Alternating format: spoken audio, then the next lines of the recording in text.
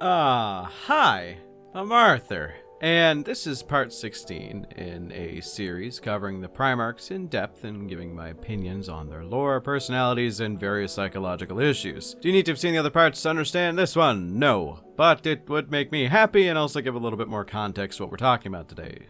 So, while we're on the topic of mental illness, Lorgar! Yeah, this is one of those cases where the Primarch of discussion is a little bit more divisive than usual. As you could expect, I have quite a lot of friends in the 40k community, or at least people I talk to on a regular basis, and half of them believe that Lorgar isn't as bad as you think, and the other half believe that Lorgar is to blame for like the majority of the issues involving the Horus Heresy, the 40k, and well, pretty much everything in the setting, if I'm being honest. So there are many different views to cover for him, and I have a lot of ways to do so, but well, I have a bit of a middle standing opinion between the two on Lorgar, and that is, well, that he's kind of a pawn. He's probably the most manipulated of all the Primarchs, by a large margin. I think Lorgar is often misinterpreted, but also I think I could be just using my own biases to spin a semi-unique narrative to make myself feel a little bit more special. You know, propping up my opinions about a character in fiction that is often controversial for money and widespread acclaim, which is unheard of. Who would even do that?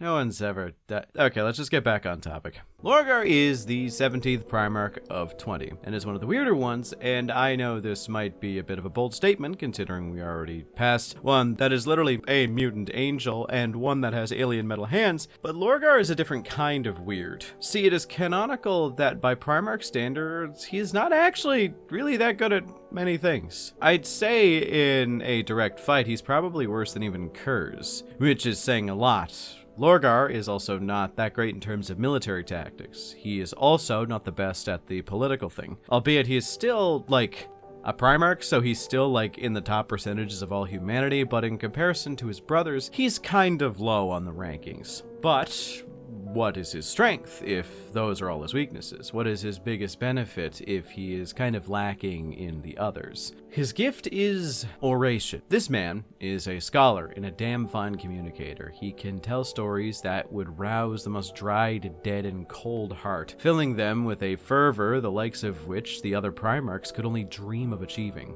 It's why the members of the Word Bearers are often the most fanatically devoted to their Primarch in comparison to probably the rest of every other Space Marine in existence. He has one hell of a charismatic streak in him. Hell, even if you look back at the Word Bearers, before they were even found by the Primarch, the Word Bearers were referred to as the Imperial Heralds, and they also were blessed with the gift of gab. Unfortunately, you see how this kind of gets twisted over the years, as Lorgar, like his brothers, was sent on this long walk across the cosmos. He was sent to a desert shithole by the name of Colchis, and this is kind of where the problems arose. See, Colchis was a planet that was pretty well known in lore for its intense religious holy wars and the fervor of its citizens kind of defending their specific religion. So Lorgar, someone whose main gift is generating fervor and belief, being sent here was like sending a polar bear to the land of seals and drunk unarmed stray Russians. Needless to say, he took it like a fish to water. Though, unfortunately, he was in the category of Primarchs that had a pretty shit parents. Though I think I could honestly say, outside of Primarchs that had no parents, or parents that were murdered in front of him, Lorgar probably had the worst childhood out of everyone here. Corferon is, like, such a horrible person that, in my opinion, he honestly makes the Emperor seem just a little bit reasonable with his parenting tactics, because Corferon was just an absolute brute with an infant Lorgar, beating him constantly as a child and berating him as well. Corferon took this weird desert nomad child into his custody and kind of just ruined him. There is a lot of stuff I'm leaving out because there's a lot more stuff that I want to talk about later, but in short, Corferon practiced an old faith that was literally just proto-chaos worship. It was sort of the faith that Lorgar adopted, but Lorgar also kind of manifested psychic gifts that allowed him to see things that others wouldn't be able to. Not really controllable powers like his other brothers, think more like Kurz light, where in fits and bursts he would see into the future in non-standard visions. Like, he wouldn't see things directly, it would be more like symbolism and imagery rather than actually seeing what was going to happen in the future. And he dreamt of this golden figure descending from on high to visit him, and this was going to be God, or at least the God that he recognized. Thus, bing bang boom, the Emperor appeared, to which Lorgar, in a moment of extreme religious rapture, ended up basically bending the knee to him instantly. Which makes a lot of sense. It's like, I mean, if you believed in God and you believed in like a day where he was going to show up, and he did, and said that you're the son of him and go do my bidding, it's, you know, you'd kind of end up just like Lorgar, so I don't blame him for feeling the way he did. I do kind of blame the Emperor, because this is where the problems really start to fold up. The Emperor isn't a god. Well, sort of. It's a long story. But the Emperor at base is literally just a really, really strong superhuman entity. Yes, who is psychically powerful, but so is Malkador, Magnus the Red, and a whole bunch of other people in the 40k setting that you'd say are really powerful, but they're not gods. But herein lies where the problem actually is. Lorgar had been deluded his entire life to think that gods are real, and more importantly, real gods never admit their divinity. Thus, when the Emperor had a rather stern talking to with his baldest of sons, Lorgar took this rejection and even admonishment of his faith as a sign that the Emperor is actually a god and this is a test, which is unfortunate. But the Emperor is a little to blame here, because he really didn't crack down on Lorgar as hard as he probably should have. Like, he could definitely have seen where this was going if he paid a little bit more attention.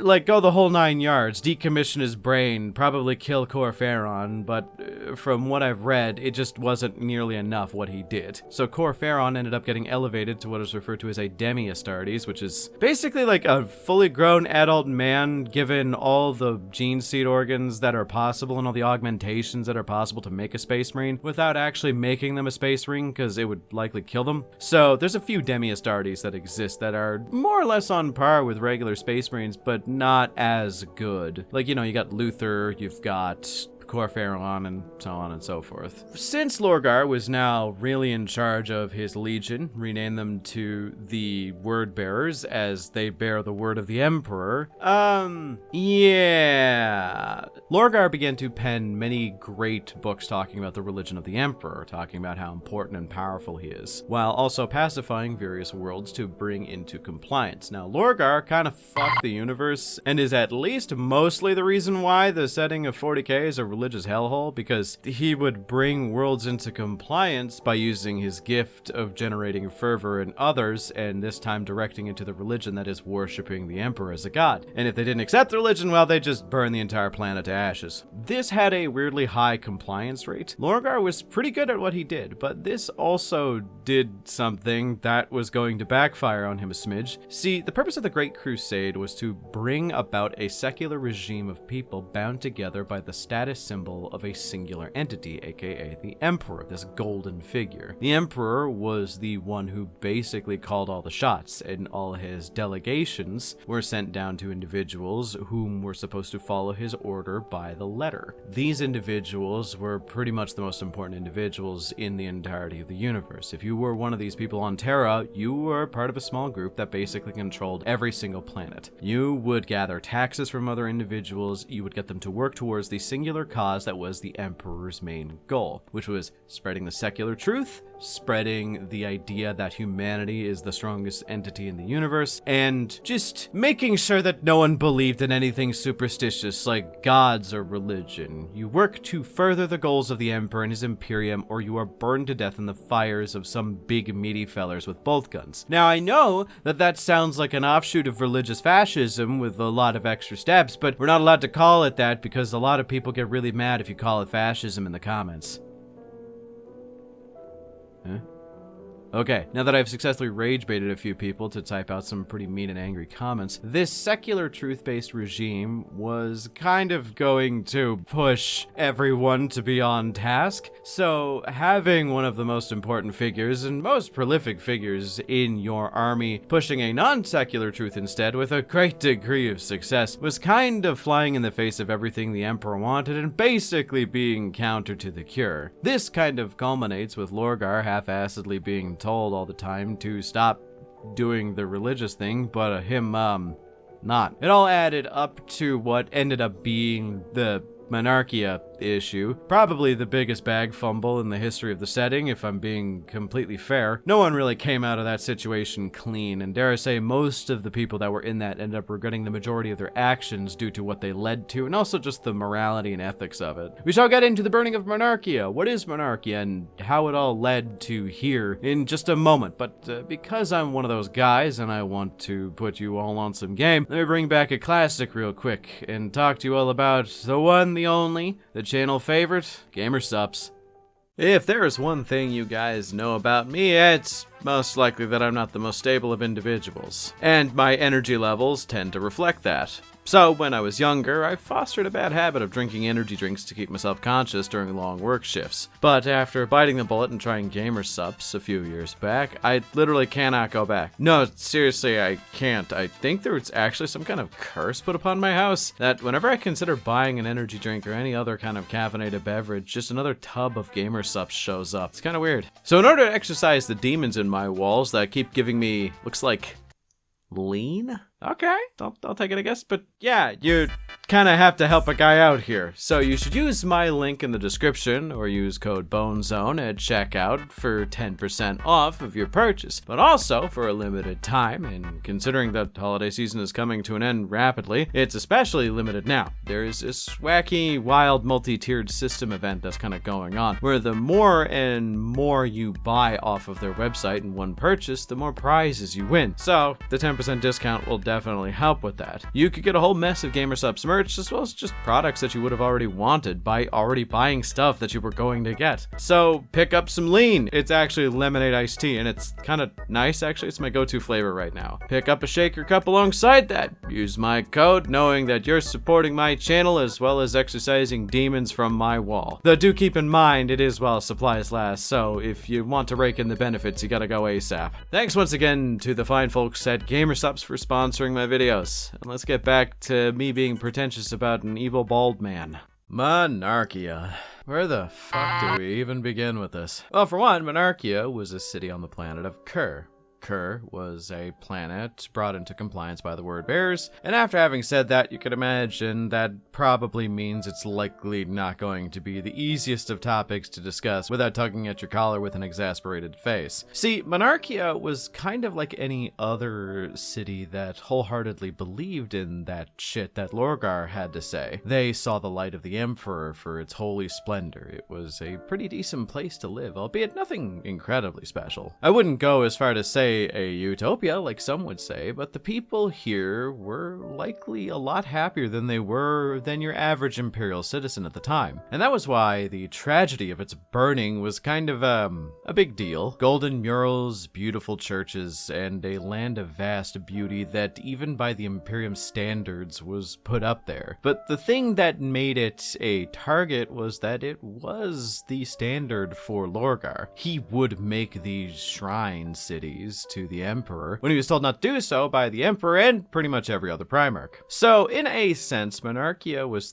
the symbol of the thing that the Emperor did not want to happen. It was a symbol of faith, and the whole thing with symbols is that they had to be burned to the ground by the Great Crusade. It was the whole purpose of the goddamn thing, which is why when Lorgar finally was going to see censure for what he was doing in terms of religion, Monarchia was the site that had to bear the brunt of the Imperium's wrath. Using his psychic abilities to bind the entirety of the word bearers to kneel and watch Monarchia, it was burned to the ground and destroyed brick by brick by the Ultramarines. Fun fact, Guilliman would come to regret this decision and even feel like it was genuinely one of the worst things he had ever done, and it brought the Emperor's judgment abilities into focus a little bit to show that maybe he's not exactly as smart as everybody thinks. The consequences of the burning of Monarchia are so fucking widespread that I feel it's genuinely understated the emotional impact and tangible impact this one event had on the entire setting. It was a literal turning point. happened. It was when Lorgar realized that even if the Emperor is a god or is not a god, he did not care, for he is a god not worth worshipping if he is. And thus he turned to find gods that are worth his worship, which the old faith of Colchis was more than willing to accept him. Which, if you go back a bit in the video, you remember that it was literally just a weird form of proto-human chaos worship, and thus Lorgar's path to damnation was kinda set in spite. He was manipulated by the gods, manipulated by demons, and to be honest, his ideals are more or less warped from this point forward. Due to the manipulations of these demons, Lorgar believes that the fall of the Eldar was because they didn't accept Slaanesh as their one true god, since they were the god birthed by the desires of the Eldari people. So for humanity to prosper, they needed to embrace the gods of chaos in order to survive some form of extinction, which is bullshit and a total lie, but you know what?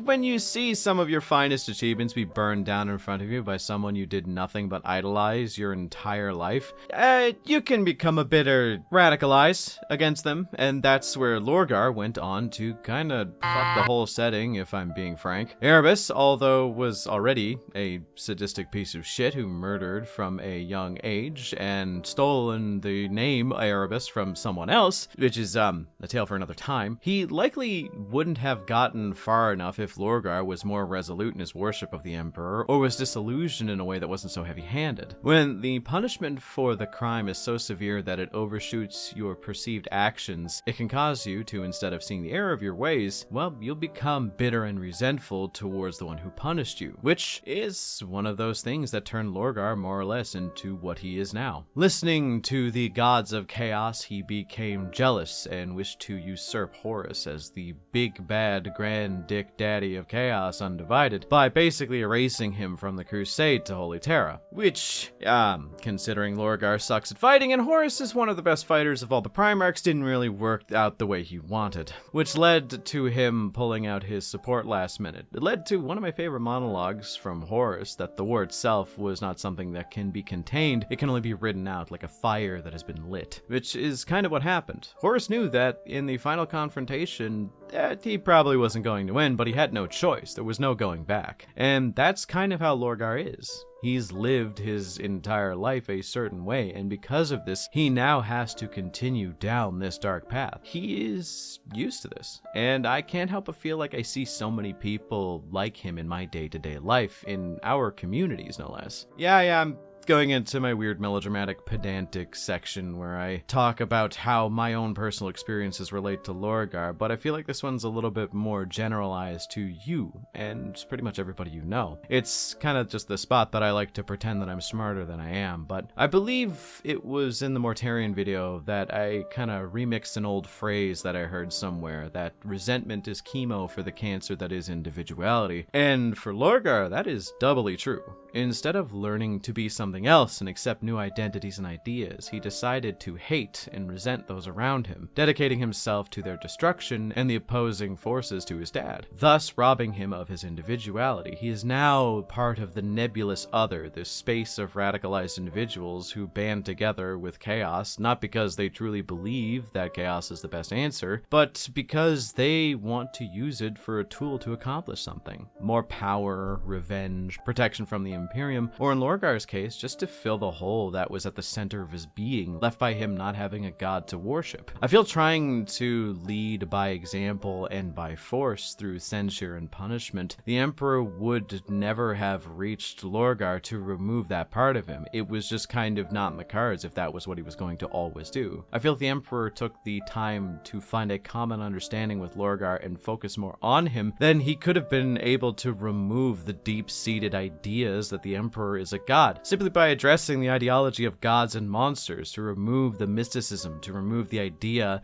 that the Emperor is in fact not a god. As when you look like fucking this, it's kind of hard not to think there's something divine at play, you know? And I find that this is kind of the practice I see in a lot of people, especially in the 40k community. Allow me a moment to get on my soapbox, and you can throw your tomatoes afterwards, just hear me out here. But I find it's easiest for others to decry nebulous ridiculous others. People who we deem as bad people, thinking that they are always fucking idiots for their beliefs without trying to understand it. Find the commonality in your fellow man, woman, or other. People refuse to let others in as it's deeply ingrained in us to find a way for us to feel like we're special, like we are something more than at least one other person. I have met people who will pick apart minutia just to find ways to say that they are better than you for some reason that you could never truly ascertain yourself. I'm better than you because I make more money. I'm better than you because I look better. I'm better than you because I'm stronger. I'm better than you because God chose me to be better. But the thing is, I find that these individuals are often the most lonesome. I don't pity people. Pity is something you give to people you think lesser of. But I see these individuals,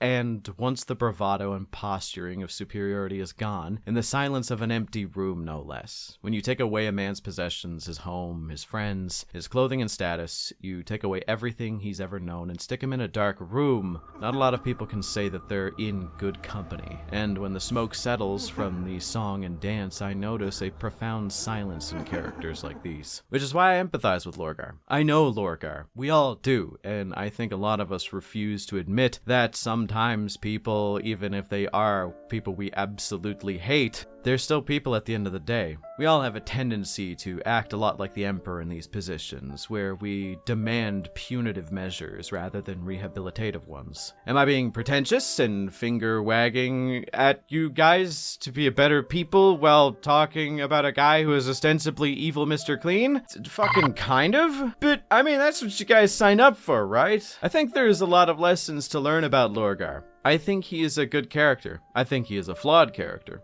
I think he is a great villain, as you can see and understand the logical steps it took for him to get to where he is. He is a mustache-twirling maniac, but I think people often understand him as he is constantly put into positions of being the comedic evil villain, but I like him. Though I guess he is a bit of a mustache-twirling villain, like I said, especially now that he's a demon man. Which, yeah, no, he's a demon prince. If you didn't know, he took the final step to becoming intertwined with all the chaos gods, and it is probably near permanent. I say near as the Emperor has partially confirmed in a very obscure single sentence that he may be able to reverse demonic ascension, but yet no, it is what it is for now, right? Lorgar and the Wordbearers are probably some of the most interesting characters in the 40k setting, as even most of the other Chaos factions fucking hate them. As well, they are kind of a weird hive mind of people that all think and do the same thing. In essence, they are no longer individuals. They are simply single-minded hate machines dedicated to the death and destruction of all the Imperium stands for and the spreading of chaos. Man. Single-minded hate machine is a really fucking good band name. I'm stealing that. Anyway, that's Lorgar. What did you think of my dissection? Scream at me in the comments section and release your tomatoes as you see fit. As well as let me know what you think the 20th Primarch video is going to be about. I'm pretty sure I'm going to surprise all of you. I'm going to likely keep it under wraps until then, but yeah. Also, remember to like the video if you like the video, subscribe if you think I'm special, and special thanks to my channel members, as with your help I am able to pay my editors, pay my bills, feed myself, and actually work on side projects without feeling like I'm too overwhelmed. And trust me, I have some side projects in the work that you're going to be interested in. So if you want to support me, then just subscribe, like, comment, you know, that good stuff. But if you want to support me further, then become a channel member, as it helps me immensely. Thank you all once again for supporting me. Thank you all once again for watching me. And before I go, I don't care if you think I'm pretentious. I know my truth. I know that I am in fact the dumbest person in any room that I enter in, and at any given chance I will take the time to pretend to be smarter than I actually am. Fuck you.